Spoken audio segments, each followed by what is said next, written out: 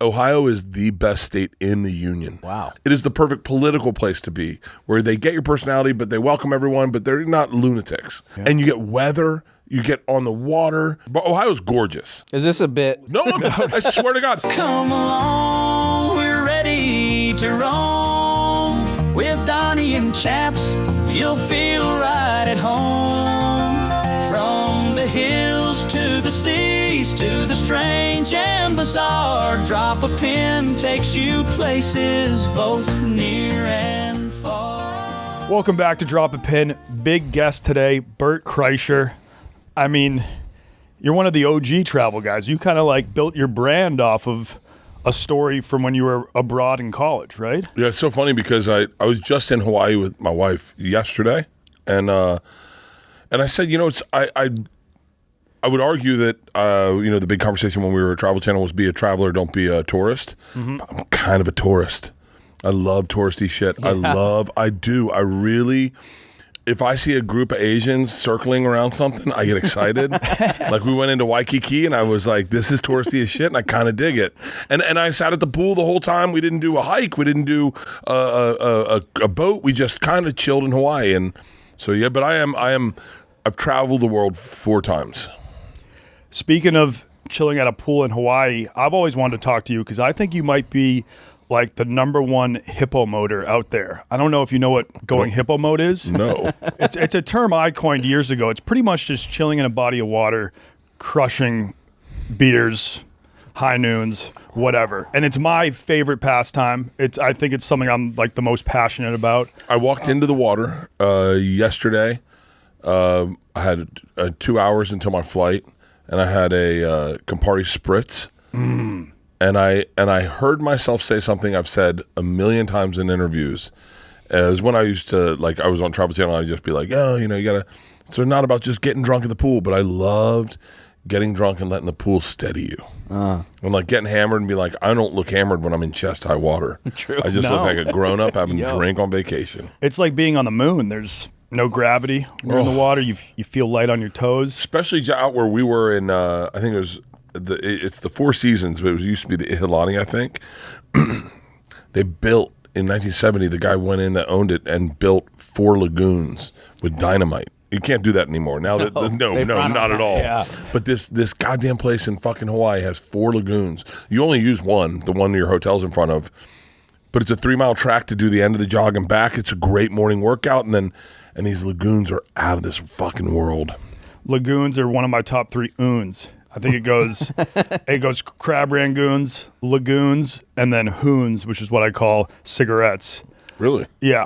But do you have a spot from all your travels that like your favorite place you've gone hippo mode? Like the best place you've kind of like swam and posted up and had some drinks? I gotta say, like, my favorite place ever was Bali. Bali was just like, it's a little bit of everything for everyone. You got like rain jungles, like the rainforest, and then you've got the beach, and then you've got cliffs, and it's a really kind of a cool place. But that was right when my girls were kind of like getting to be adults, and we took the girls to Bali, and I was going to do a tour in Australia, and that place was just the pools, and everything's just so exotic. And it's just so beautiful. We had an infinity pool the first night there. And I remember opening a bottle of champagne with my wife, sitting in an infinity pool overlooking the ocean. It was crazy. Bali's just gorgeous. And for a very affordable price point, in my opinion. Yeah, once you get it like to Southeast Asia, that'll like the only expensive part is the flight. Like, dude, Vietnam is the shit. Like I always say, if we're talking water and we're talking booze, 13 of you. Right now you're in college. You don't have a ton of money. Maybe you just graduated college. You got your first job and you're looking at your vacation days. You get a junk boat, take it out to Halong Bay and go and just, by the way, it's like I think it's like $1,300 a night and it sleeps like 15. And you get a private chef. You get a whole crew. It's huge.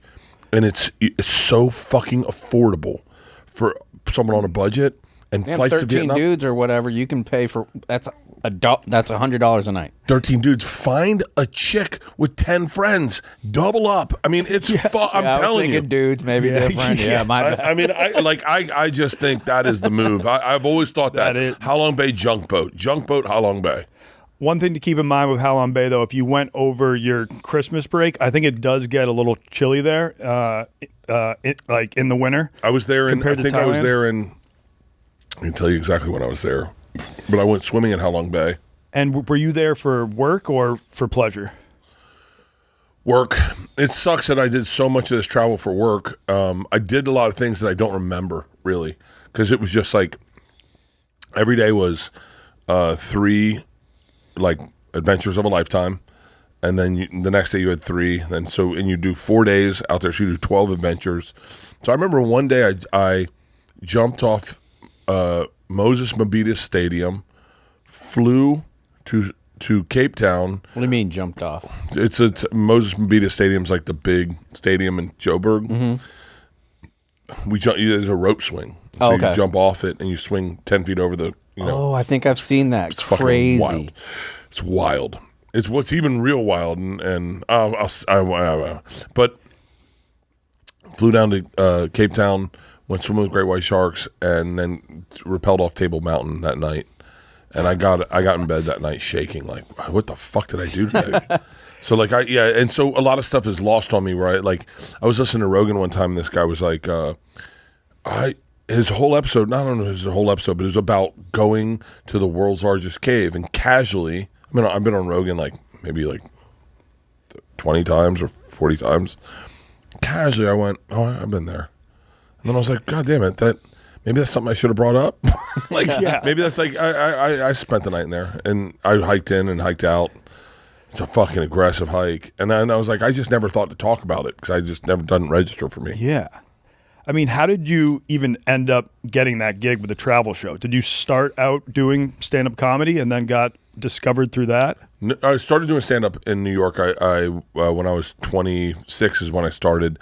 And then I back before there were different muscles in entertainment, meaning back in the day you couldn't be a television actor and a film actor, you were one or the other. You couldn't be a television host and an actor, you were one or the other. Well, I started hosting TV shows in 2000 and 2001, and then I could make money hosting shows, like 10 grand to do a pilot, where it's like you're gonna find the world's best dancing dog. You knew it wasn't gonna go anywhere. You can make 10 grand doing it.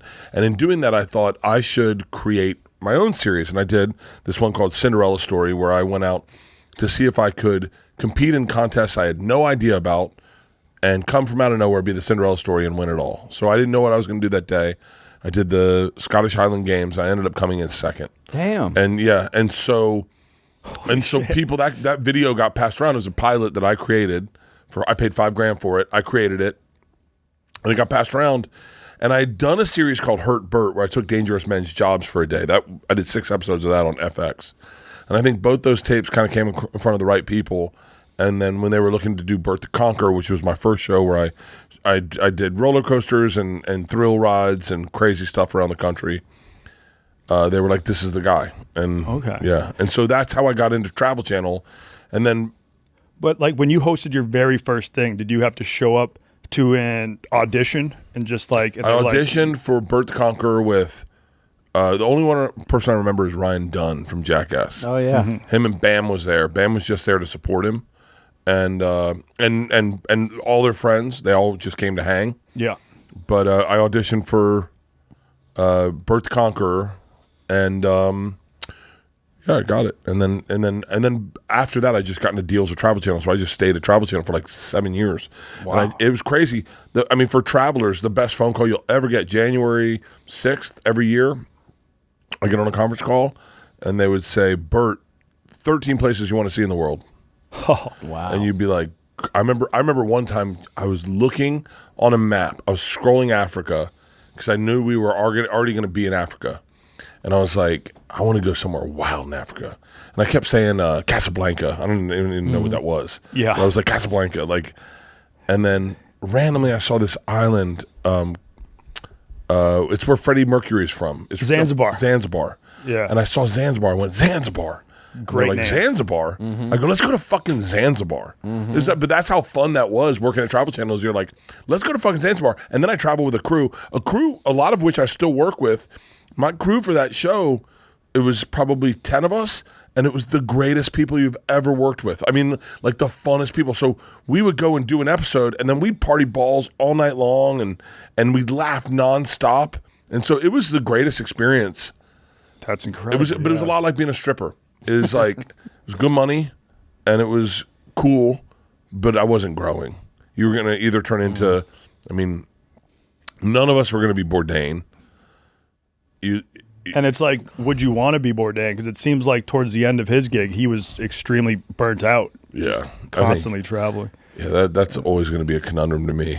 And I loved that guy. I never met him, but I loved him. I thought he was, I mean, he was like a god to us at Travel Channel. And just so fucking cool. Like everything he said, you're like, damn, that was cool. And when he didn't like stuff and it hurt your feelings, like I'm sure he saw Bert the Conqueror and was like, ugh. I never heard that. Yeah. But I heard him do that about other friends of my shows. Guy Fieri, he kind of wrote an article It's like, about I him. love Guy. Guys, if you ever meet Guy, you walk away with a smile and you go, that is everything you hoped it would be. Yeah. He's like, him and Sammy Hagar are the two guys where you meet them and you're like, you walk away going, fuck yeah, I like me too. Yeah. Yeah. But yeah, I wasn't going to go anywhere at Travel Channel. And I needed them to fire me for me to grow, because I would never have quit. It was such a fun job. Yeah. And the fact that they would actually ask you, where do you want to go? Like at first I thought it might be like, hey, Bert, we're going to make you do this, this, and this. But you actually had some say. And You had some say. Well, you had roughly, you had like, out of 13 episodes, you had six that would be international. And then you had to do six or seven that were in the States. But I got to, it forced me to look at parts of the States I wanted to see that I'd never seen. This is so silly and especially to any of you guys here in Chicago. But like, I'd always heard of Put-in Bay. dude, I actually filmed a travel video in Put-in-Bay as well. And I wanted to go to Put-in Bay. Yeah. And I was like, but because I love Ohio. I think Ohio's the greatest state in the union, and I argue that because I've traveled everywhere. It's topography is gorgeous. They're socially wildly liberal, but fun, but not everywhere. They're not like over the top. You go to Columbus, it's a cool city, but then you go a little south, and it's perfectly political. In my opinion, it is the perfect political place to be, where they get your personality, but they welcome everyone, but they're not lunatics. And you get weather. You get on the water. You've got literally no state has the big cities that Ohio has. They've got big cities that are like I think it's the best state in the union, in my opinion. The Erie Coast, man. It's the forgotten coastline in America. I honest to God think that might be the first time I've ever heard anyone say Ohio's the best. Yeah, Dude, yeah. Ohio, Same here. Ohio is the best state in the union. I'm telling you, it is. But it's gorgeous. But Ohio's gorgeous. It's just gorgeous. Go to Butler, Ohio. Is Look this at the a bit? rolling hills. No, I swear to God. We did this when we were working on Travel Channel. We're like, let's figure out the best state. So you go to let's Wyoming. Yeah. It's amazing. Oh, it's fucking awesome. Yeah. It's kind of fucking lunatics. Yeah. There's like, 500,000 of them? And the highest building is 4 floors. Yeah, and you're like, okay, well, I can't live in Ohio or in Wyoming, okay? Yeah. Montana, it's so far away from everything. It's beautiful, it's gorgeous, but then also there's like generational ranchers that it's like, I don't want to deal with that shit. I want someone to know how to use an iPad. And then you go to New York, no, fuck that place. And then fucking Miami, come on, what are we, crazy? Right. Tampa, we're getting better, but it's still fucking Florida. Right. Texas, I don't want to hear that you're from Texas one more time. I'm going to throw up. California is fucked in the ass. New Mexico, that's not going to happen for any of us. You start getting in tight. I'll tell you, Missouri, good run for their money. Good run for their money. Not Missouri. I'm not going to let you say anything good about Missouri. I'll tell you, there's a reason that center of that country is so fucking awesome. It's because I don't know, man. And we whittled it down. And now I'll tell you, the only place, and it doesn't hold a fair candle to it, but Hawaii holds a candle to Ohio because it's so amazing. But the problem is you're not supposed to live there. That's their island. Yeah. So get the fuck out. How do you feel about Kentucky? Kentucky? Pass. Yeah, pass. But I would love to hear your take on Put-in-Bay. What did you think about it? I kind of compared it to like it's a little bit of like a white trash Nantucket almost. Because I'm from Florida, I saw it as more like a Panama City beach. Oh, okay, yeah. Like but it's not like a high end Panama City beach. That's where I grew up. Yeah. Panama City? Pensacola, yeah. Are you fucking serious? Yeah, my wife's from Pace, yeah. The best beaches in the world Yep. are in the Panhandle. Yep. St. Mark's is the most gorgeous beach, and I've been everywhere in the world. I've been anywhere in the world where they have a gorgeous beach. I've actually been to that beach. Fucking nothing beats the Pensacola. Sandestin, when you have like Pensacola, when you have the bay side and Dude. the Gulf side right there. Where You have no idea. If you close your eyes real quick, I want you to think of glass. I'm talking water that when you're floating on top of it, you get afraid of heights. That's how clear this water is. And every place has a sandbar that's a solid swim too. So you can have a nice open water swim to a sandbar where you're in ankle deep water having cold beers with the most beautiful women in the world. Florida has the most beautiful women in the world, and I'll tell you why. Because they're forced to be in bathing suits 8 months a year. Yeah. So they keep their bodies up. I'm telling you, Florida's fucking amazing. Yeah, when I was in high school, we'd get like a half day. You went to the beach. I mean, when you're growing up there, you don't really appreciate it. No. But now coming back, I'm like, damn, we had it pretty good. Dude, when we went, me and my wife were talking about moving, and we've been looking at real estate. Nashville, we looked in Atlanta, we've looked in Austin, and randomly the other day, she said, "What about Florida?" Bro, I forgot how great Florida is. Like, I mean, just the lifestyle, the hey, let's go play golf, let's have a cold beer at lunch. Florida, man, Florida's like a high school chick that lets you come in her. Fucking, you're never gonna forget about her. I mean, you don't want to marry her, but like you don't want to live there. Yeah, but When you're in high school too. When you're in high school too. Yeah, you'll get her a dream buy, or not. Yeah. I know a couple dudes. Yeah. That's got to be where your love for Kool-Aid came from, Florida. Dude, I fucking Especially grape. Come on. Dude, can I tell you, Black Twitter hit me up with black Kool-Aids that they do. There's a grape lemon flavor. What? Can you Google that? There's a grape lemon flavor Kool-Aid. I've never seen that. It's called like it's. They hit me up and they were. Oh no, it was definitely a black person. Do you know what to see? Kool-Aid. Yeah, I see it. What's it called? I see it. It's called Purplesaurus Rex grape. Oh, yes, Purple dude. Saurus Rex. Yes, that one was a hit. You had dude, that. You're that's- basically rich. I mean, That's if luxury. if pleasure is in the moment, Yeah. there's nothing better touching your tongue Yep. than Purplesaurus Rex. You drink that and then throw in a little I fruit can't believe stripe Kool-Aid's gum. never reached out to me. Yeah. I've had sponsors that I've worked with in the past reach out, and then it always goes south. I feel like that clip of you guys, if you're in a sad state and you throw on that Kool-Aid clip from you guys, hilarious.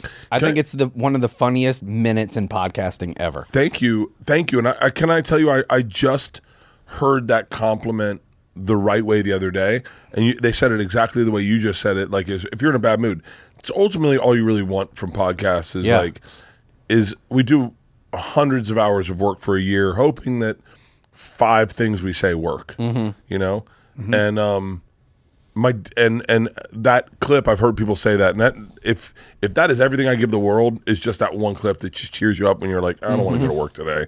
That's a huge accomplishment for me. I'm giggling thinking about the ice that you could hear coming in, and then you like spit it out a little bit. It's perfect. Do you know I didn't find that funny in the moment? Like, we laughed and everything, but I didn't really think about it ever. I actually thought more about our Jennifer Aniston clip, made me laugh harder, or the time Tom got fired. Those were the clips that made me laugh the hardest.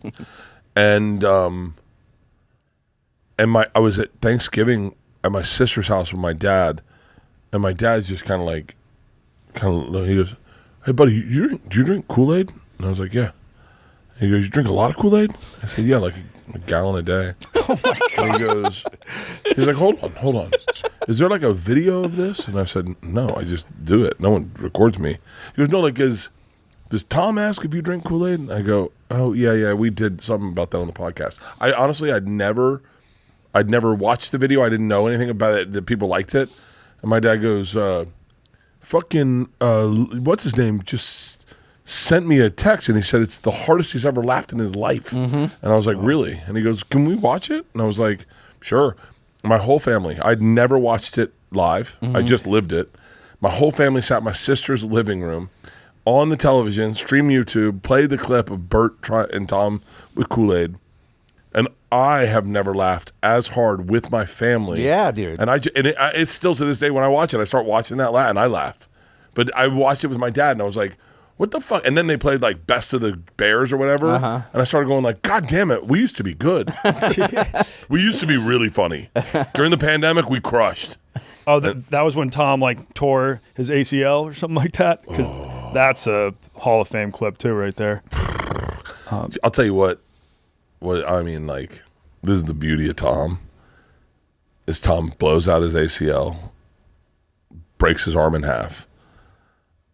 I'm at his house, and he's like, we're going to do a live stream about this. It's going to be fucking huge. That's the way his brain works. He's broken. They haven't put anything back together. I had a fat belt on him to carry him out of his car, to carry him into his house, and he was like 300 pounds back then.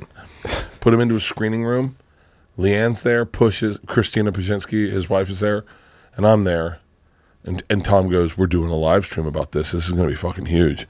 Dude, our New Year's Eve live stream, I think it was our New Year's Eve live stream where we played the clip of him falling, was the biggest live stream we've ever. I mean, it's wild. Yeah. Yeah. But he had to go through fucking hell and back. And by the way, secret time, I think he blew out his knee last night. Shit. Yeah, he fell. We were at a bar pretty fucking wasted. I mean, that's the benefit of being a comedian. Even your, unfortunate incidents in your life, you can turn into incredible content. Oh, I fell. My daughters were fucking with me. We went to see a movie. I forget what movie. It was some shit movie, and I drank through it.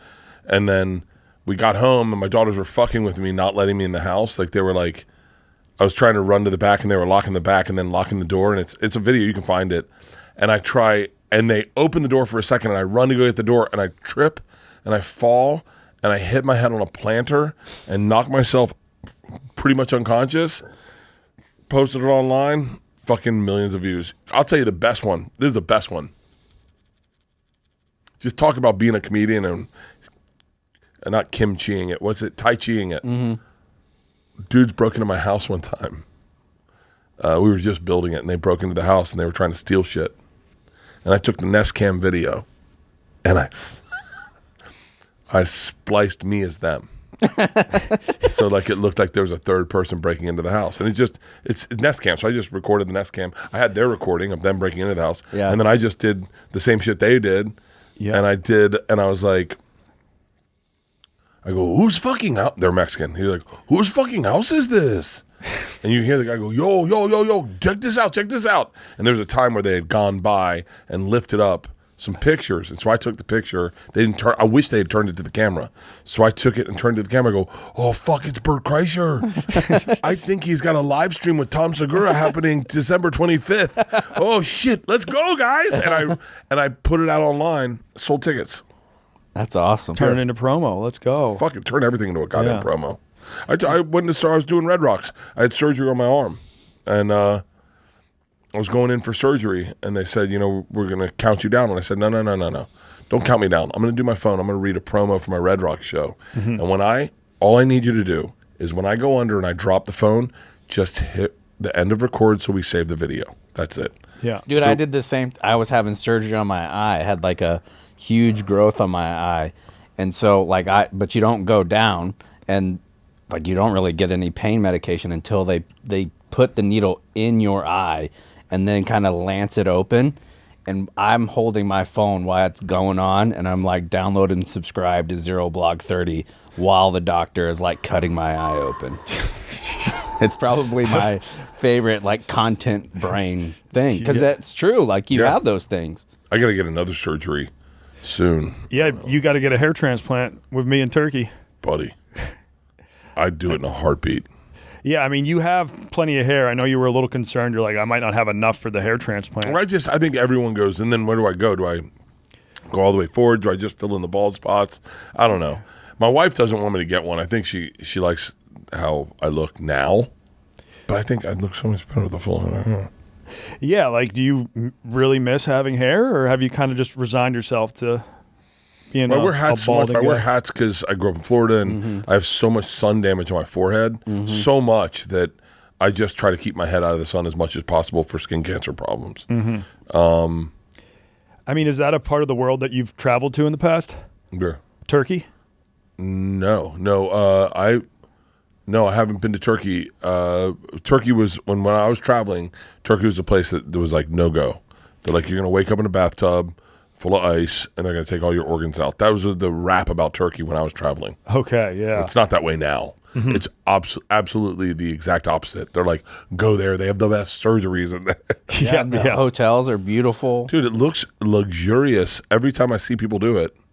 It looks amazing. Yeah, and like just the history in that city is so cool too. 'Cause it was like capital of the Roman Empire. Don't get me started. Honestly, I've just gone through a whole fucking, literally like a whole history podcast deep dive of that whole area and how they have a chain that goes across the.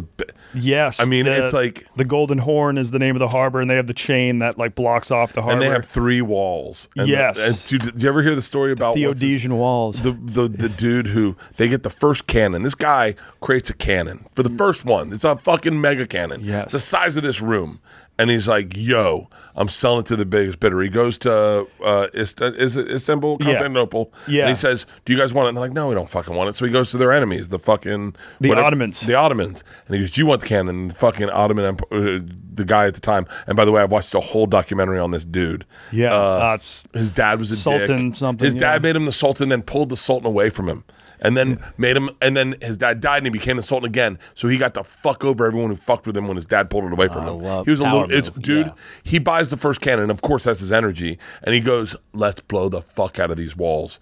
And so the guy that built the cannon is like, yo, it's got to cool down. And he's like, fuck cool down. I didn't pay 10 whores, 2 horses, and a fucking buck for I want it going now. Yeah. And they fucking ruptured the cannon. It blew up in their space. Dude, I've done so much deep dive into that. It's crazy. Yeah, it's a crazy, because that was like Constantinople was the one city that no one could take over because it's on a peninsula. It's surrounded by Do you those know how they got huge it? walls. They came around the backside. Yeah, they pulled their boats over land. Did we listen to the same fucking podcast? Probably, yes. No, I God love damn it. like history from that part of that like time period and that part of the world. Yeah, and then like once they got that cannon actually going, they just kind of like kept on hammering the walls for like weeks, and eventually it split. Can I tell you Yeah. what? I think they dug a tunnel or some shit. Anyway, can I tell you what? If we're talking travel, my favorite thing in the world to do when I travel is to get into a podcast. Now it's podcasting ultimately, but it used to be books. But read a book about the place I was going to while I was there. Like, Yes. my favorite author about this, and it's no one listening will ever get this. James Michener was like my favorite. He always wrote crazy books that were based in history, but with fictional stories inside it. That's so how like I like to Caribbean, consume it, yeah. Hawaii. I read Hawaii last time I was in Hawaii. It's a little racist because you forget. He wrote it in the 50s when like they weren't humans to him, you know, like, Yeah. I mean, that's like kind of the fucked up thing is you got to judge a book on how old and what color the dude that wrote it was.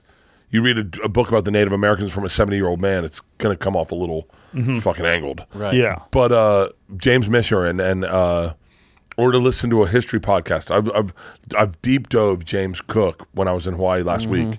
Everything you need to know about James Cook. I couldn't swim Couldn't swim. Seems pretty and important. sailed around the world. But it was really important. This is what I learned. It was really important at that time that sometimes they didn't want their sailors to know how to swim because they'd never abandoned the boat. And when he arrived in Hawaii, I think a few of the tribes thought he was a god because he showed up during one of their big religious festivals. And so they're like, oh shit, like their religious festival was in honor of one of their gods. And then this type of ship you've never seen before, these weird looking people get out. They're like, this could be the god. It's almost like you learn to not overstay your welcome. The same thing happened with Cortez when he came into the fucking whatever, I think it was Mexico City. What was it when Tenochtitlan, which later became Mexico City. Well, when he came in, they were like, "Dude, he's the fucking man. Take my daughter." And then you're like, "Yo, you gotta fucking leave, man. What the fuck?" Here's a bunch of gold. I need more. Yeah. Yeah, once like they gave them a little bit of gold, they were like, "That's not what you want to do with the Spanish, because then they're not going to leave until they get all your gold." That's the move. And I always say that, like, I don't know who's listening, but I know usually it's a dude, and you're probably single.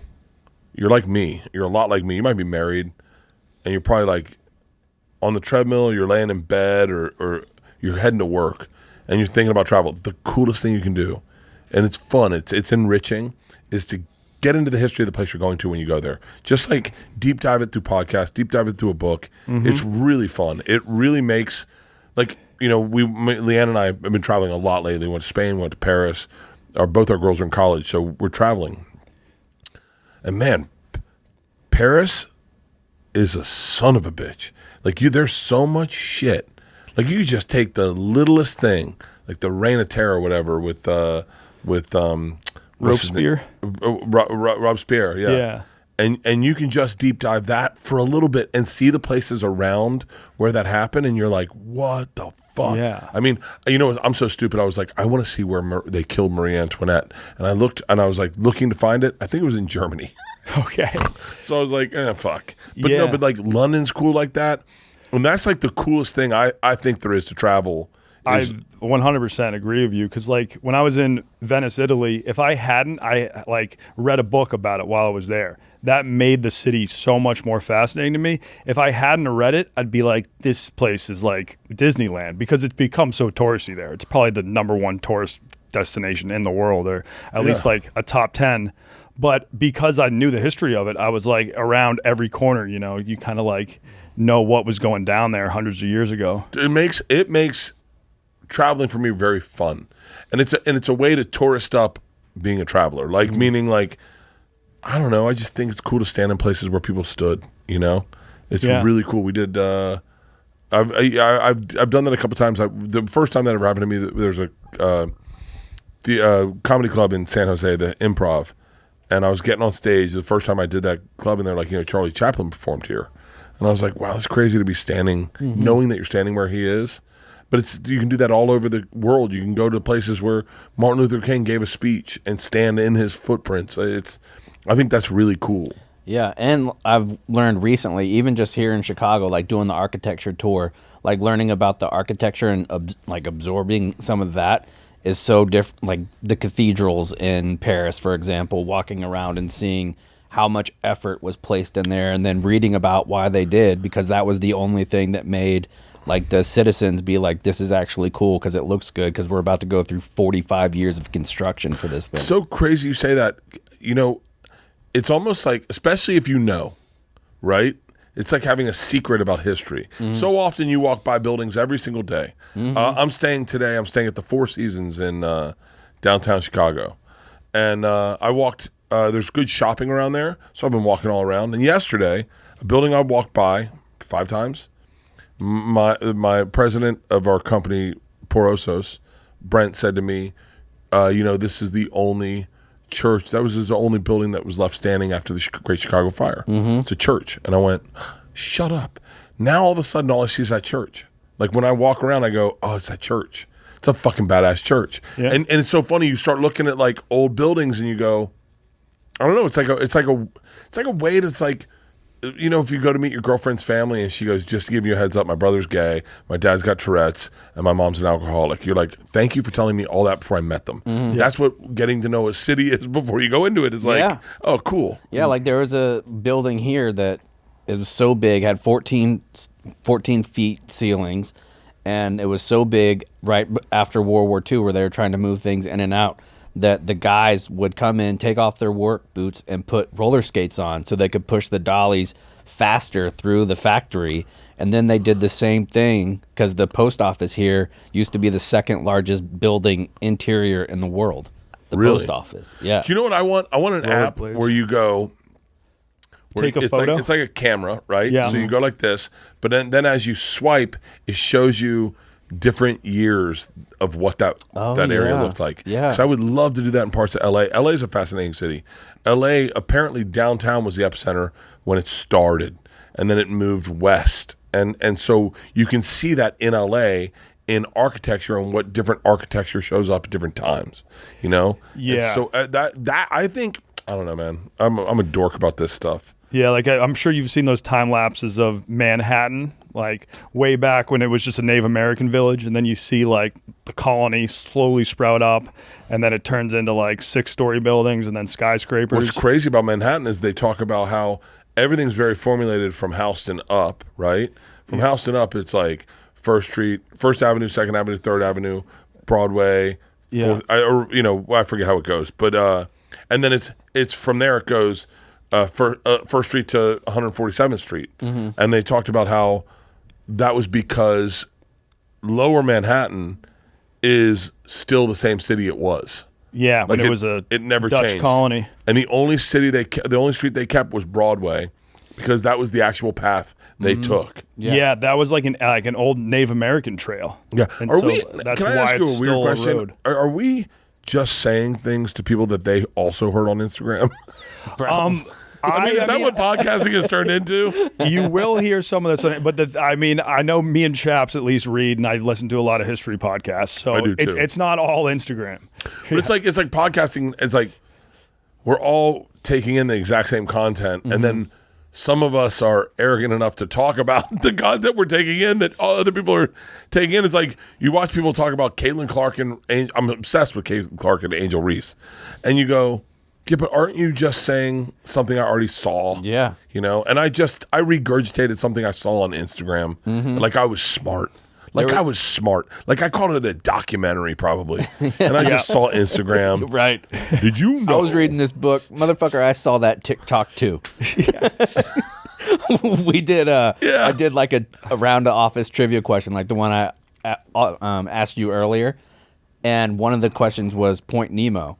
I guarantee you, like a year ago, before those, like it's the most desolate spot on Earth. Like it's the furthest away from anything else. If you're there, you're closer to somebody in space than you are anywhere else on Earth. Nobody gets that question a year and a half ago. Nobody. But then now all of a that sudden- yeah, all But of a now sudden people are like, oh yeah, I know Point Nemo. It's this far away from this. Like, okay. because of like one viral TikTok Yeah, that was all one about has like 50 million views or whatever. So now everybody knows everything about Point Nemo. I always say, I think our job is to be on the internet more than the other. I always say my wife's 2 weeks behind me on the internet. So like she'll pull up a video. She's like, "Do you see this video of this judge getting pulled over?" I go, "I saw that 2 weeks ago." I say, "Baby, you're late to it." Like I'm fucking on top of my shit. My wife, she's good with falling videos. Any fat people falling, my wife's fucking front line of that. Cat video, my wife's front line of that. But yeah, anything like informational, my wife's 2 weeks behind. Today's episode of Drop a Pin is brought to you by our friends at Shake Shack. Shake Shack is going full dad mode. Look at Donnie with the 2 burgers. Why does he have 2 burgers instead of 1? Because they have a great deal for you close to this Father's Day. Starting today through Monday, June 16th, you're going to be able to buy 1 double shake burger and get another free. Something for dad and a little bit of something for yourself. Donnie is chowing down right now, a little ASMR on there. You know, he's got a new baby just past 100 days. Baby past 100 days, so you know dad and mom don't have a ton of time to cook. And I tell you what, a deal like this Shake Shack BOGO Burgers is perfect for fathers because you'll realize once you have a kid, don't have as much time to cook. Sometimes you and mama just need to eat fast. So then, you know, mama can recharge. And so we'll just do this deal, pick up 2 burgers, eat real quick, and then we're back in parent mode. And when you're getting those burgers, make sure that you do it with the promo code DADMODE, DADMODE. Buy 1 double shack burger, get another free with the promo code DADMODE.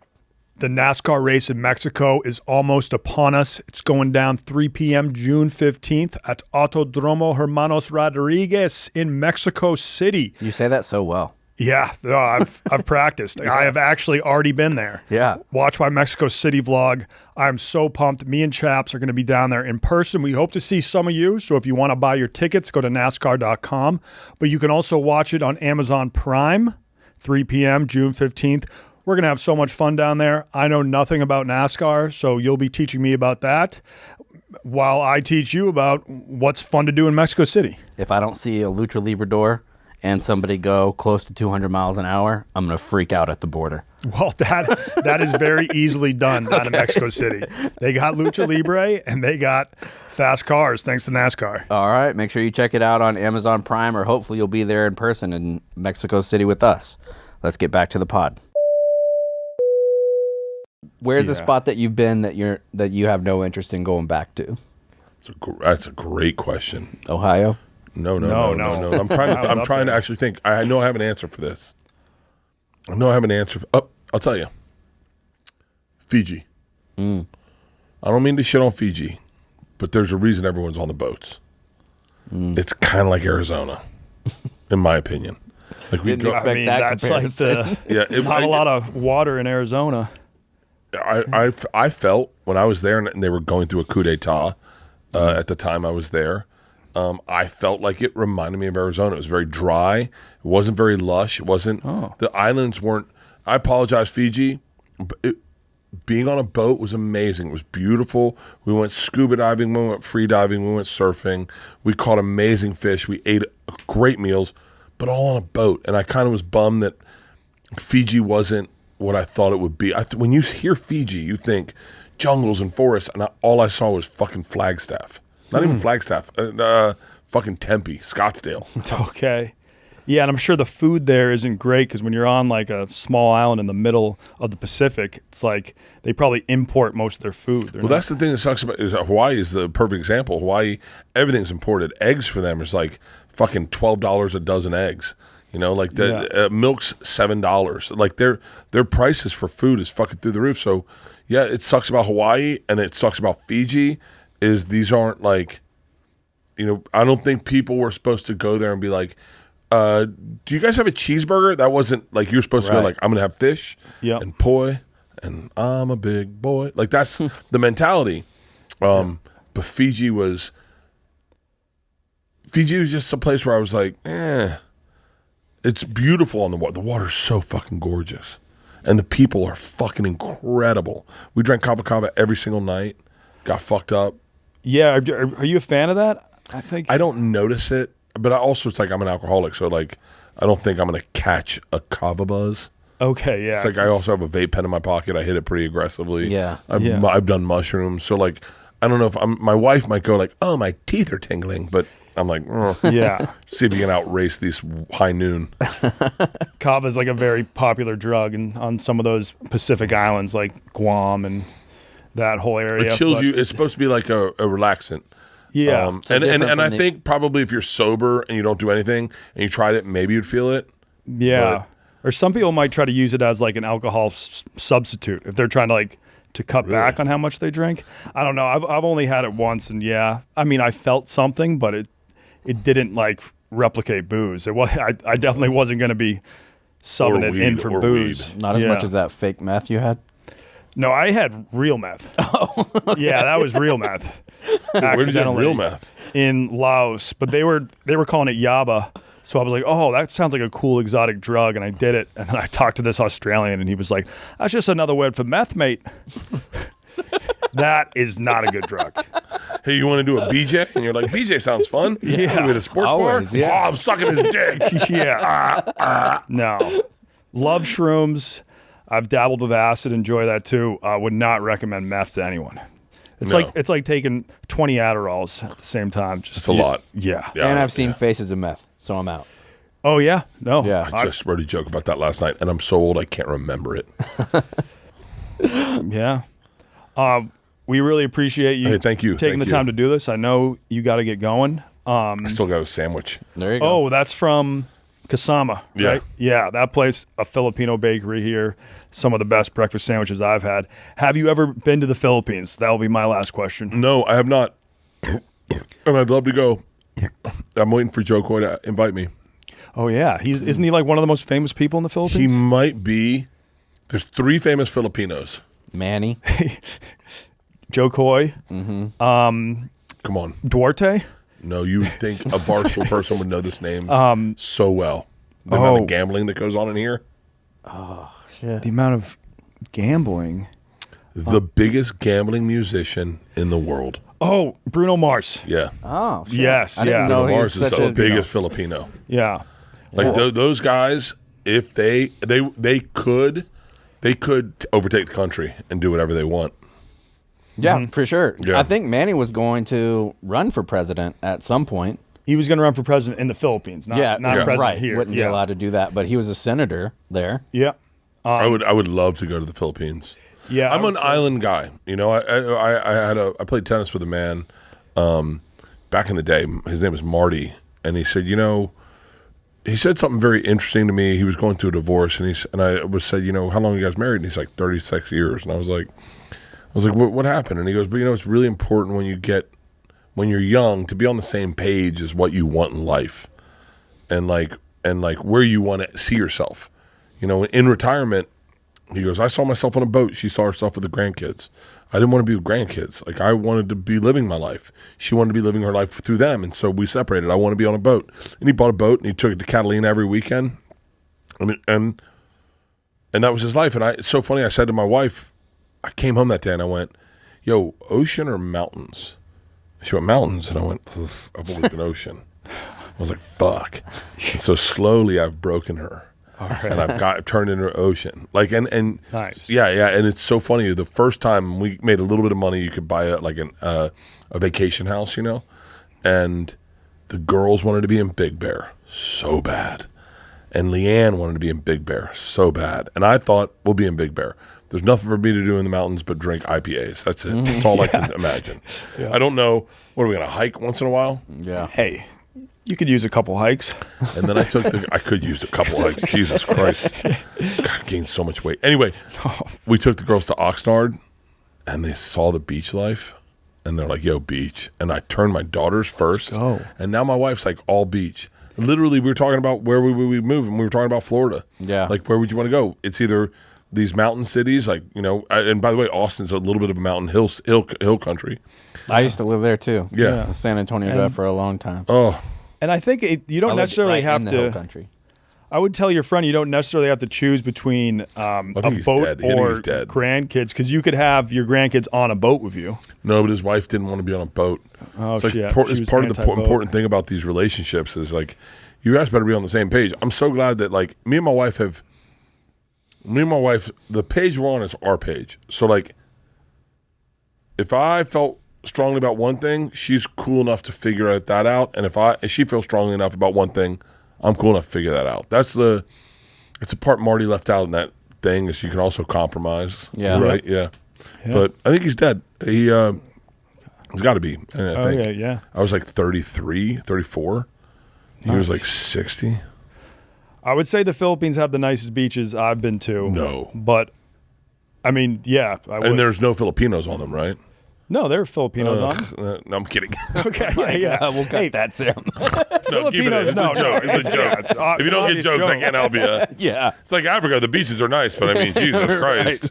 Filipinos are super friendly. They always call you sir. I can always tell when someone is Filipino because they will address me as sir. Hello, sir. How are you, sir? Sir.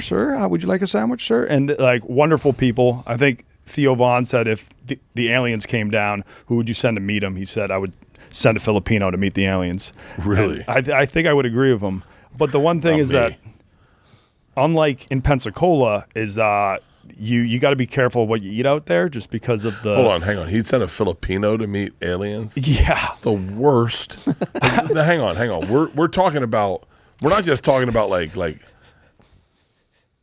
That's the dumbest thing I've ever heard. We're talking about you're going to introduce this person to the world, right? Yeah. Like aliens show up, and you need a go-between to say, "I want you."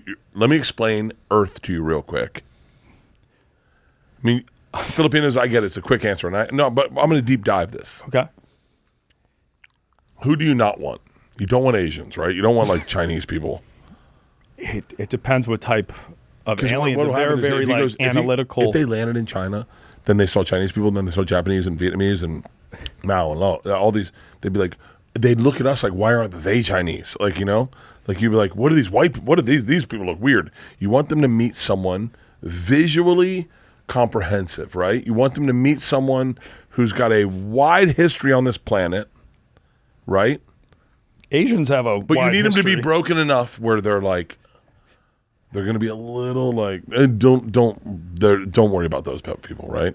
So who do you want them to meet? I don't know if it's Filipinos. It's a tough question, and I think like Intimidation factor, maybe Shaq. It's in Shaq, the Shaq delegation. Yeah. Well, no, you don't want them to meet Shaq. So they're like, you guys are all 7'2". Yeah. Right. So You need a little intimidation I think factor. you need them to meet. You ready for this? Mm-hmm. It's a tie. It's either Italians or Spaniards. Okay. Right. Italians might do something that the Try alien. to fuck them. Italians are going to try to fuck them. Yeah. You want to meet Spaniards, like a Spaniard. You want a little bit of razzle dazzle, right? The language. You want a little bit of darkness, dark Vosotros, complexion, right? So yeah. you can understand all of it. But you need them to have the superiority complex, like, but we also conquered the world. So let me introduce you to who we conquered. That might be the right answer. Could be. I got to be dead honest with that. Yeah. Theo, I think your answer was a lot funnier, but man, mine was right. Okay. Yeah. I even think when Spaniards. they asked him, they expected him to just say like the actual name of a person like Shaq, and he just said blanket, a Filipino statement. Spaniards, I guess. Spaniards, I mean, they're OG colonizers. Mm-hmm. They're OG colonizers. Mm-hmm. That's our go-to. They'll respect the game. Can't go England. Fuck that. Yeah. That's too white. But Can't now- go America. They're going to Can't- confuse You them. can't be intimidating eating fucking beans and toast. Absolutely, you don't want to go to fucking Tanzania, right? And like you don't want to go to a guy that doesn't know anything about anything and still drinking goat's blood. I mean, it's serious. I've been to Tanzania.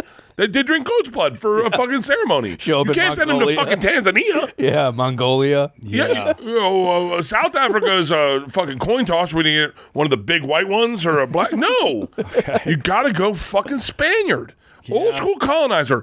I'd even take it further, and maybe we send them to a Portuguese guy. yeah, but now Portugal, Spain, like two of the poorer countries in Europe, like We're looking for a reboot. we are. I mean, they did.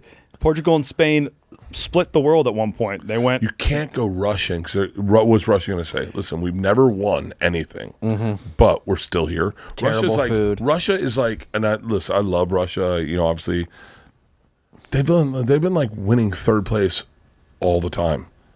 They've never really, they've never kicked anyone's ass. They've just not gotten beaten up. They're Yeah. like, Russia hasn't like beaten anyone's ass in any war. They've just been like, try to get to us. That's it. And then no one can get to them. Yeah. And they're like, we won. And you're like, you didn't win. You didn't fight. I'll give them some credit in helping us win World War II, but I mean that they had to Did lose. they? Yeah. They had to lose so many people, like in the process. But Maybe I don't know enough about World War II. Wait, who did they fought on what front? On Germany's the front? Nazis, yeah, they. Yeah, but they the Nazis the reason the Nazis lost the war is they tried to get to fucking St. Petersburg. they tried to get to Moscow, and then the winter set in, and then Yeah. they're like, "Oh shit, we're fucked." But no, that was a brutal battle. Like the Russians had it much worse than the British and the Americans, at least in the European. Did they really? Yeah. I didn't know that. I Way apologize. more higher. And they death get toll. like, if you want to get in a fight with a Russian, just be like, "Oh, America won World War II." That is something you do not want to say to. Are you Ru- serious? They get so angry. Yeah, Really? yeah. But the funniest thing is, I think, it's a little bit deep dive in history, and I'm going to misspeak. So find the thing I'm trying to say and use that. I think it was one of the last czars. I think it was the last czar was tried to go to war with Korea Oh, they went to war with Japan and lost. and lost because they were not as technically logical as Japan. Japan was a little more advanced. Yeah, And that was like they were like, yo, it's the old adage, you brought a knife to a gunfight. yeah. And that was the first wake up call to the rest of the world. Like, oh, Japan could be a problem. Like Yeah. they just beat the shit out of Russia in a war because nobody was really giving Japan credit at all. And then once they beat Russia, they're like, okay, we gotta cut these guys in. They're like a world player now. Do you know what I think is fucking wild when you break down history? Japan, I think, took over North Korea at one point. Yeah. And all of what I guess was the League of Nations or whatever at that time basically stopped and was like, whoa, whoa, whoa, whoa, whoa, whoa. You can't take over people that look like you. Only white people can take over countries. You got to give it back until we take it. And I think that's fucking wild. Yeah, that is exactly, when like Japan started to conquer the rest of Asia in World War II, they're like, well, why do you have a problem? It's exactly what you guys did over here. Yeah, but white people couldn't see past the fact they're like, but no, wait, we're white. We're doing it different. By the way, this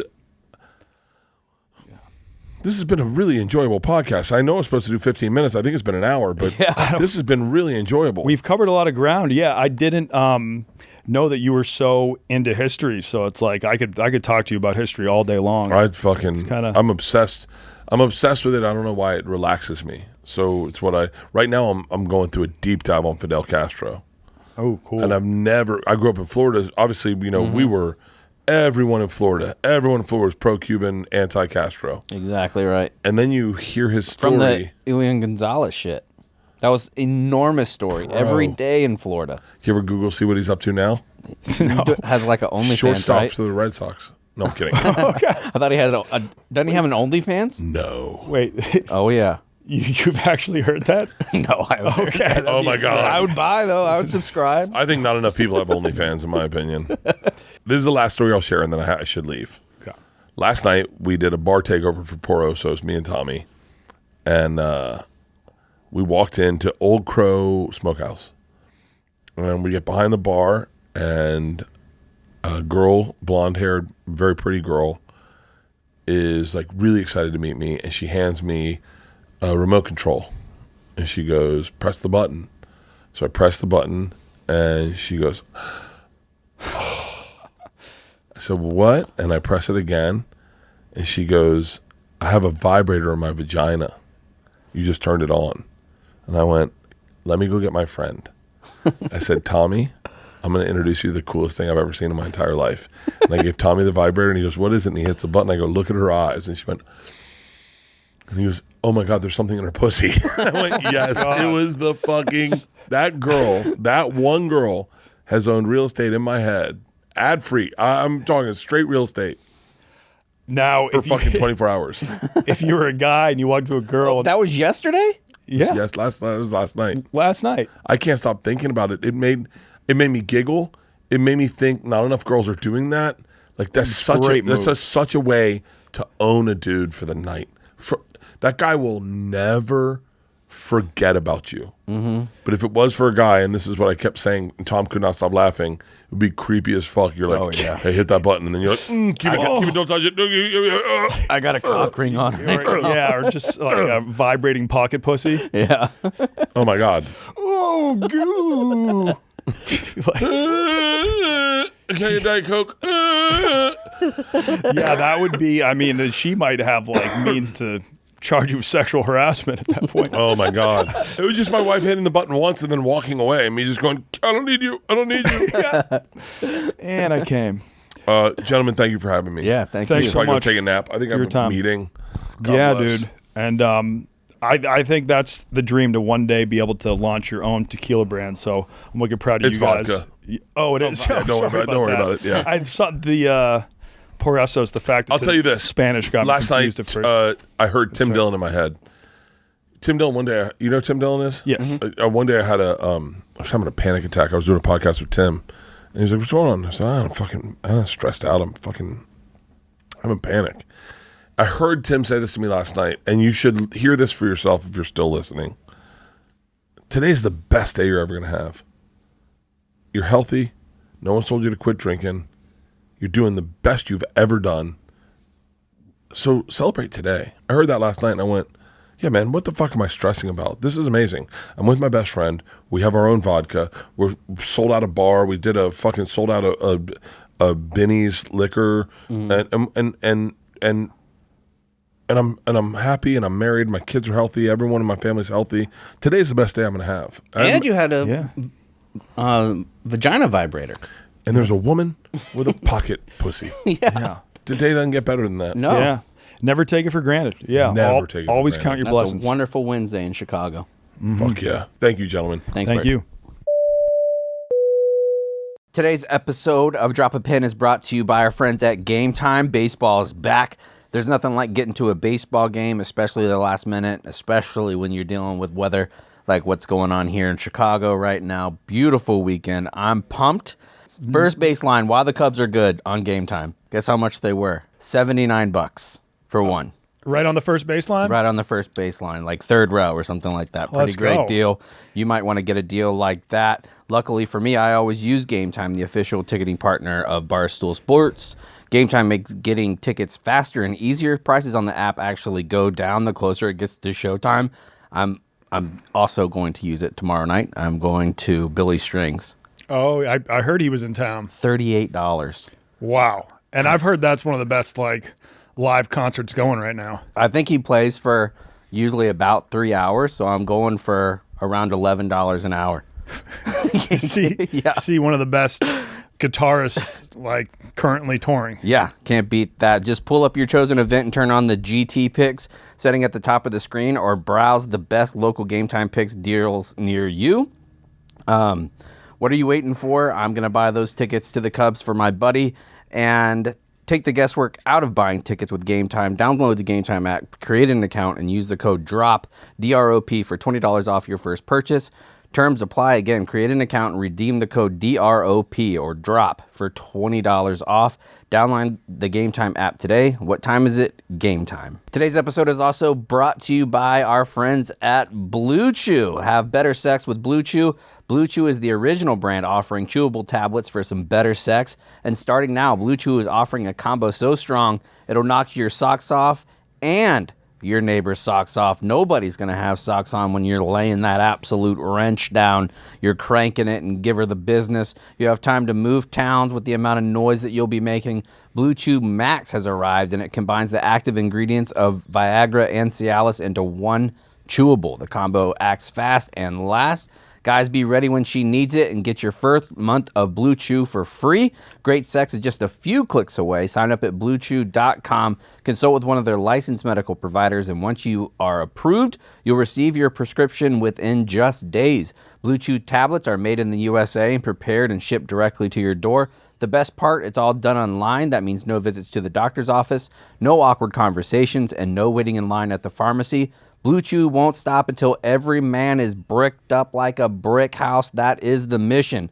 Make life easier by getting harder and discovering your options at BlueChew.com. And we've got a special deal for our listeners. Try your first month of Blue Chew free when you use the promo code DROP. Just pay $5 in shipping. That's promo code DROP, D-R-O-P. Visit BlueChew.com for more details and important safety information. Have you ever had sex on Blue Chew? I sure have. It's fucking good, right? It gets the job done. And a month of great sex for free? That's an incredible Well, deal. if they give a month's supply, that might last me a year. I've been married for a while. Oh, okay. All right. Well, we have a lot of young guns listening to this Oh, yeah. pod that are probably having sex a lot more often than you. That's promo code DROP. Visit BlueChew.com for details and important safety information. And we thank Blue Chew for sponsoring this podcast. Let's get back to it.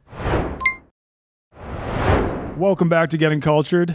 We are brought to you by Hey Dude, the most comfortable slip-on, slip-off shoes on the market. Just go to heydude.com, and they got all different varieties. They got the boots like Dana has. They got the low tops like I have. I rock these on planes. I rock these when I'm smoking and grilling on my deck and going back in and out of the house. I can just slip on and then slip off, slip on, slip off. Yeah, all around just comfortable shoes. You'll pretty much never see me without them. How about you, chaps? Oh, I love them too. Same So exact comfy. reasons. Puppy, got to take your puppy out real quick. Throw those bad boys on. Yeah, roll out of bed Incredibly comfortable. and stop tying shoes, because I think humans as a whole waste too much time tying shoes. I love when you say that. Yeah, it's just true. It's a fact. It's a fact. It is a waste of It time. compounds, you know? I love- 5 minutes a day tying shoes, that adds up. It is Hey, a dudes waste of are time. really comfortable. They go on fast, and I love how Donnie's like, it saves me so much time. Dude, so much time. I used to be a guy. I guess I'm just bad at tying shoes, so I'd have to retie them like 4 times a day. Yeah, fair. Now, 2 things you know about Dana Beers is that he loves drinking beers and he loves eating absolute garbage. Garbage. And being stronger than Ozempic. Yes, I really pigeonholed myself in my career. I'll be 55 and I'll be the beer guy. Yeah. And you also like filming vlogs though, so Yeah. like, I was going to propose a couple beer related vlogs you could film. That sounds wonderful. Something that I had no idea about is that Iceland has a beer day every year because beer was banned in Iceland for 74 years. What the fuck? That's like those are dark times. Why would you do that? Especially in a place like Iceland years. where during the winter they're like the sun doesn't really rise. It's just dark Yeah, all you day. need beers when it's dark out. That's what we do in Chicago in the winter. We post up in a bar and drink beers. Yeah, So Wisconsin would never. Some of my fondest memories have been in dark basements drinking beers. Yeah. And that was when the sun was probably out. Yeah, You just chose to be in a 100%. dark My basement. friend Brian's house, fucking place is awesome. But yeah, so the ban was lifted March 1st, 1989. Okay. And so now March 1st is always celebrated as Beer Day, where just the locals drink in excess in honor of the return of beer. Listen, every day can be beer day if you put your mind to it. You what I've always absolutely said. have to go do that. No, I Yeah. would do beer day in Iceland. Yeah, especially we were talking about this on a previous episode. One of the cheapest international flights you can get. Really? Yeah. Wow. Where? Yeah. How far is that one? I mean, from the East Coast, I don't know, like 4.5 hours or A little 4 bit, hours? I think, yeah. That's a little it? bit, maybe a touch longer, but not much. I'm not a huge geography guy. I think that's above us, right? It's above us, Mm-hmm. and it's in the middle of which ocean? You asking me? Yeah. The Atlantic. Boom. Nailed Yeah. it. Goldfinger wouldn't have even gotten that. Yeah, so I would love to see you celebrate Beer Day in Iceland. That sounds awesome. I would also love to see you hit a beer spa. Have you ever heard of those? No, but I can guess what it is. You get a massage while you're yugging. No. No? No. Now they actually have one of these. Good guess. They have one of these in Chicago, like walking distance from the office. So you could Okay. do it here. Beer spas, you actually just soak in a bath filled with warm beer. Can you drink it? Yeah, I assume. Well, I don't think you want to drink the beer that you're soaking in. Well, Yeah, you don't I want to would- drink your own balls. I wouldn't hate it. No, I mean it would be hilarious if you had to drink yourself out of the tub. Yeah. You just use that if you got into a full tub and you just drank it. That's until it actually was one dry. of my video ideas I've always wanted to do is just see how long it would take for me to drink a swimming pool. A swimming pool? Maybe like a kiddie pool, No, a swimming pool. a swimming pool. All right, maybe start with a bathtub. But know? yeah, beer spas. I think they believe that the the hops and the barley have like therapeutic effects on the skin and body. Oh, they do. I've had many nights where me and my boys are just like, have you ever heard of detonating? yeah, you just yeah. Crumpling, whatever you call it, rumpling. Do one of those and gets all over you, and then the next morning you're feeling nice and you might be a little sticky, but you know your pores are. I don't. Dude, I always thought that like I'm anytime getting cultured right now, honestly. I had no idea. I thought anytime I'd pour a beer on myself, like I would just break out in acne or something like that. Well, to each their own, you know. Okay, maybe I think I don't know. We have to try it. There's a beer spa in Chicago. I was shocked about it. I'm getting married next week, so I don't want to risk it. No, but no. when I move here this summer, I will do a beer spa. Okay, let's You go. have my word. Let's go. A beer Love spa that. day. Chaps, you're invited too. Oh, hell yeah. Finally. Chaps gets mad when I don't invite him on little field trips. And now let's briefly touch on just like junk food. I think you enjoy. Listen, I'll tell you right now. I don't have much of a palate internationally, especially. I'm more of a just like chicken, rice, and a sauce type guy. So whatever you think I would enjoy based off of that, please let me know. basically Asia. Yeah. Oh yeah, if you're a big rice guy. Yeah, I like white rice. Lots of great sauces there. Yeah.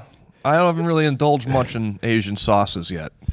Well, I don't know if this is an Asian sauce, but in the Philippines they eat something called spaghetti pie. And I mean, that's got Dana's name honest all to over God, it. I'm in on that too. I'm a huge Yes. spaghetti fan. Wow. Well, so it's Filipino style sweet spaghetti. So that's just like spaghetti, but the red sauce is a little sweet. Okay. And sometimes they mix in some hot dogs and cheese. Wow. That sounds like the meal that they ate on Elf when he just has the spaghetti Yes. and pours syrup on it. You just take a slice of And then the pie. and then they bake it into a lasagna-like casserole. Okay. My stomach right now is rumbling just thinking about this. That sounds like the most disgusting thing. No, that I've sounds ever good to heard. me. Chaps, are you in or out on spaghetti pie? Anything that's spaghetti or spaghetti adjacent, I'm in. I'm a concoction guy. So, like, if you Okay. toss up some hot dogs and beef and noodles and make it into a pie, I will eat it. I might tell them hold the hot dogs on my order. But other than that, And then you don't have to go abroad for this one, but in Hawaii, they eat something called loco moco. And that is white rice topped with a hamburger patty, fried egg, and smothered in brown gravy. sometimes with Spam. Wow. Yeah. Is that like that's like a delicacy over there? Or is that more just like I think it's a Tuesday. Yeah, I think Yeah, that's like yeah. a nice Tuesday night dinner out All there. right. A loco moco. I would do that, It yeah. sounds filling. yeah? For desserts, how do you feel about stroopwafel? Oh, that's in Germany, right? Germany, the Netherlands, yeah. I've had it here. I don't know if it was like the right type, but I ate it until I was sick. They're delicious. I think the first time you have a stroopwafel, you're like, how have I not had this Yes. my entire life? Oh my God. Especially you when just you put it on reminded me. top of the hot tea or coffee and the caramel gets a little melty. That's just something I haven't thought about in years, and now I really want it. Now- Wow. One of the trashiest foods I've seen abroad was actually in Scotland. Really? Where they eat fried pizza. Now, it wouldn't be like, oh, it's a piece of pizza that they like batter and fry. Yep. They literally just take a slice of pizza, not good pizza. This is like oven baked, like maybe a step below DiGiorno's. Okay. Well, we're not We're not slandering. We're not slandering my Okay. favorite meal. Okay, all right. And then they bake it in the oven, and then they just drop that bad boy in a vat of boiling oil for like 3 minutes. Actually, you know what? I don't even think they bake it first. I think they just take the frozen pizza Yeah. straight out of the freezer and dunk it in oil until it's done. That would make more sense because it wouldn't be like overdone. Yeah. And that's You had it? Yeah, I had it. Did you enjoy it? That's Kind a of did no. actually. That breath is I a kind of no. did. I feel like It you was- needed a couple pops in you to enjoy something like that. I kind of did, but it was just like Jesus. Like it's the most low effort. That's ever. just ultimate, like, you made something that's already unhealthy more unhealthy. But if you had that post beer day in Iceland, Yeah. Oh, Crushed. buddy. I Yeah. that and then end it with the stroopwafel and That's fall asleep with so- some beer on your face, you'll wake up handsome. Yeah. Come on, man. And then last but not least, I was Googling just like the weirdest fast foods, and one thing kind of took my breath away. They had this in China in 2020. Yeah? Fortunately, that was right after I left China. It was an Oreo and Spam burger. So it was a burger topped with 2 slabs of Spam and then Oreo crumbles. I'm gonna be honest with you guys. I don't know what Spam is. I've never indulged. Well, Hey, that's why we call this segment Gettin Cultured. Yeah. Chaps, doesn't Spam have like a military origin? Yeah, it does. It was saved. I'm pretty sure it was early World War II, maybe a little bit before that. But it used to come in like a tin that you had almost like a key that you would crank, and so it was super easy for them to have it. And people said that they hated not having real meat because before that MREs were made of like a powder that you would have to mix water in, and it was disgusting, but it was like protein rich. So they developed Spam so soldiers and Marines would have something to eat on the battlefield that was actual meat. So it's pretty much like canned pork. Okay. So you know how they make a chicken nugget where they'll take chicken and have like a paste Yeah. and they form it into it? It's Yeah. basically the same thing but with ham. There's a Oh. photo of Spam. Ew. It's honestly not bad. I don't think If you it'd pan be great fry with it. Oreos, but yeah. Spam burger with definitely would Oreos, be good no, with but Oreos. it's huge in South Korea. They fucking love Spam, and they make Spam fries. Oh, So yeah. you chop it up into fries Oh, and then there they deep are. fry it. Yeah. It's also popular served with like rice, which is like a popular Hawaiian food called masubi, right? Isn't that the yeah, and I loved it. Spam and I rice? saw a show the other day, and this guy, he had like this, I don't know if it was a fetish, but he ate old rations from like World War II. Yeah, the YouTube guy? Yes. Fascinating. It's crazy. It was just like, it was like beef and rice. They put a little water in there, and he just ate the whole thing. He's like, yeah, it sucks, but I like doing it. And he's been doing it for years. I think How it's do you just, explain that? I think it's a cool concept for a YouTube page, so he probably gets a lot of people tuning in. Yeah, And then I he's was like- interested. I don't know how he's finding new ones. I don't either. You got to run out of rations eventually. And like, have some of these just like gone bad and are rancid, or is the thing about MRIs is that they preserve really well? They were definitely expired, but for whatever reason, they're like vacuum sealed, and I don't know. I guess you can still eat it. You know, like if you go buy Himalayan salt, it'll say that it expires in like a certain year when it doesn't. Like it just is salt. Yeah. Like Yeah. so it doesn't expire. I think it's probably the same thing for MREs where it won't ever go bad as long as it's What does sealed. MRE stand for? Meal ready to eat. Like a Lunchable. Nice. Yeah, basically. Yeah. But You wanna each talk one about has another- 2,500 calories. Talk about another thing I enjoy. Ever have those pepperoni pizza Lunchables? Oh, buddy. I did. Good stuff. I honestly have not had them as They're good as an shit. adult. I got one like recently. Okay. They're maybe I knew- one of the I knew that worst was coming. things ever. No, dude. You got to try it out still. You really don't. Yes, you do. It's good stuff. I promise you. I will say it was a lot of fun because you felt Yeah, you accomplished. paste it on Yeah, there you and felt like you had just like throw made your own lunch pepperonis as a on there. kid. Oh yeah, you bring that in, some Dunkaroos and the fish, the gummies with the white shark in Capri it. Sun. Buddy. Buddy. All right. Well, next time you're on, we'll actually have a can of Spam for you to try. All right, I'm excited to see if the Me and Hank episode ever comes out. People have been clamoring for it. July 4th, baby. The worst podcast in the history of the world. It's not the worst. I had a blast. No, I had fun, recounting but it high was just school me and tales. Hank talking about our fucking our favorite spots in our specific towns. Yeah, Chaps and Wabos. Goldfinger was like, dude, half the time I had no idea what you guys were talking about. I was like, I'm glad you guys had a great time, but I'm not sure we can air that. If it doesn't make the cut, that's okay. But No, it's people are coming out. clamoring. It's coming out. Yeah, no, it's caused like shockwaves through the South Shore. It People really are has, fucking yeah. amped up. And the now, Office. I mean, I think even people from the South Shore might be a little disappointed. Yeah, for sure. Yeah, just with how much we've hyped it up. We'll see. All right, boys. 4th of July. Thanks for coming on. Thank you. And yeah, brush up on your knowledge. Sake is Alcohol. from True. where? Japan. Boom. Got it. Nailed it. He didn't know that last He's time. cultured. He's cultured. Thank you very much.